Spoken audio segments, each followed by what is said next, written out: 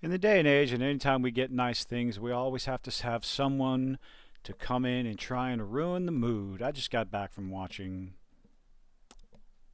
Dungeons and Dragons Honor Among Thieves, at least at the time of this recording.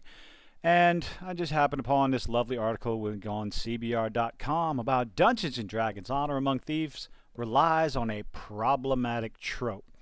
Now, before I get into this article, I'm going to say this. There's going to be spoilers. So if you haven't watched the movie, you probably just, don't want to read this article. I mean, hell, you probably don't want to read this article because of where it comes from. Nothing but repetition and disgust. Apparently, CBR doesn't like the idea of having a strong male character, a strong father figure in a movie nowadays. But I digress. Dungeons and Dragons, here we go into the repeating ourselves. Dungeons and Dragons Honor Among Thieves relies on plenty of fantasy tropes, but it didn't need to include this particular problematic trope. Again, I've asked this question before. Who decides what is problematic? Let's see what they have to say. Honor Among Thieves is a fantasy adventure film inspired by the tabletop role-playing game. Yes, it was. The movie follows Ejin Darvis and his best friend, Holga Kilgore, as they recruit a party of adventurers to help them reunite with Ejin's daughter, Kira, who is under the care of their... Again, spoilers. Spoilers. Heavy, heavy spoilers. Traitorous former comrade. Like, you don't even have... Is there a spoiler warning? Oh, yes, there is a spoiler warning right here at the top.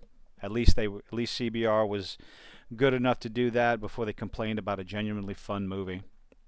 The movie relies on classic tropes that appear as crucial elements of the original game to create a framework of the narrative, except there's one in there that you just don't like. Huh. The trope they're talking about that we're going to get into is a very important part of his character, of Ejin's character. It's a very important part. It provides motivation. The characters are members of different classes that are used to classify various members. You're just describing a D&D game, essentially.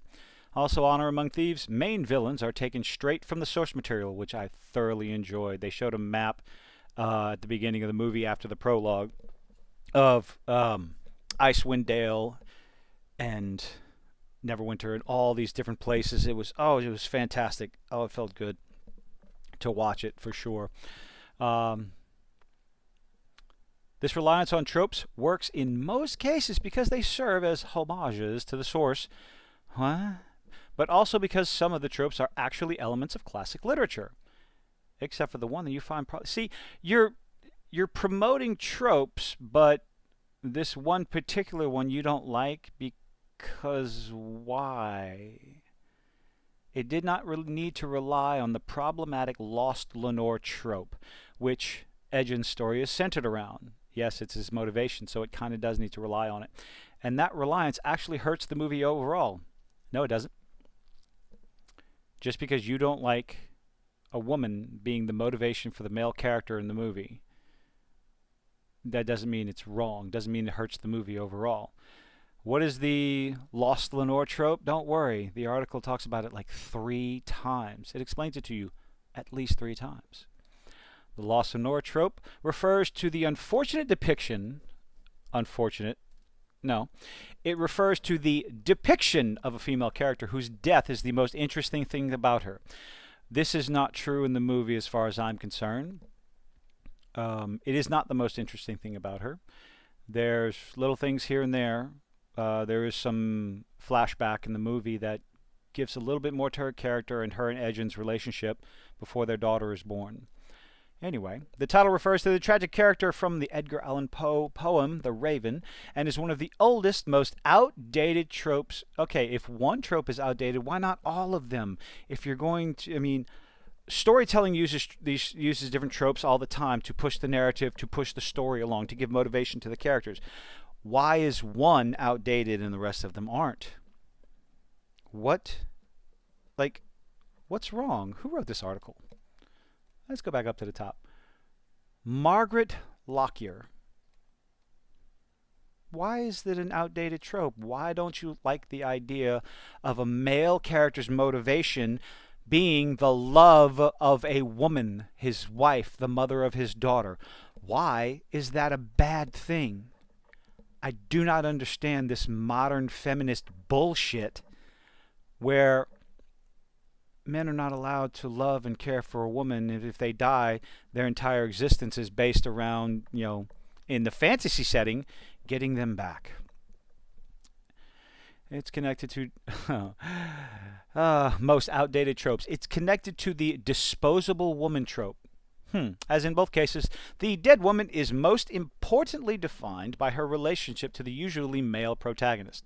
Okay, Lost in Lore is slightly different because of the following defining elements. She is the love interest of a leading character. She is dead, and her death has an ongoing impact on the characters and narrative. Oh, you mean like the motivation for the character to move on in their quest? Okay. Ejin's wife and Kira's mother, Zia, fits this category. This is true. You still haven't explained why it's problematic. Her most defining trait is that she is Ejin's dead wife. No, her most defining trait is also, I guess, a close tie, is that she is Kira's mother. That is another defining trait. Her demise has a lasting impact on Ejin as he turns to a life of crime after her death. Well, not immediately. He mostly turns to alcohol to drown his sorrows as a single father. And it's only after him and Holga get together and try to make a better life for Kira that he turns to a life of crime. But maybe you didn't watch, maybe you weren't paying attention to the movie.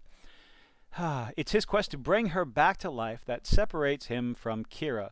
Actually, no, it's the betrayal from the Red Wizard and their good old buddy that I can't remember his name that separates them from Kira. It was a setup from the very beginning. It's not his life of crime. Well, I guess it is partially his life of crime. You just have to... This constant quest to tear down men, to get rid of this sort of motivation, is mind-boggling. Like, what's wrong with having masculine characters who are dedicated to the love of their life, the mother of their child, their wife? What's wrong with that? I don't understand, and I don't think I ever will. I don't think I care to. Ejin's grief and guilt over her death are more layered and deeply explored than any defining characteristics or personality. Not to mention his daughter. Zia is given throughout Honor Among Thieves. Let's see. While the movie overall is dependent on tropes, it's just this one. Honor Among Thieves finds a way to breathe a little fresh life into those tropes. For example, the sorcerer. Okay, it goes on to. I'm not going to go into those parts of the spoilers. We're just going to talk about this lovely little clickbait article. Problematic trope. If one trope is problematic, I can't even talk. If one trope is problematic, why aren't the rest of them problematic? How about we just get back to classic storytelling, classic hero's journey, where the main character has an understandable motivation. Ejin loses his wife. It's his fault he loses his wife. He feels responsible because he loses his daughter at the same time. His motivation is to get those things back no matter what, because it's the only thing he has as far as he's concerned. What's wrong with that? Maybe if we just get back to basic storytelling, dig up all the old so-called outdated problematic tropes that got butts in the seats, that created relatively interesting storytelling, maybe Hollywood would start making money again. Of course, Hollywood would have to stop insulting the paying customer first, but who knows? I guess we'll see where that goes. What do you think about these problematic tropes, so-called? I thoroughly enjoyed the movie. Have you seen it?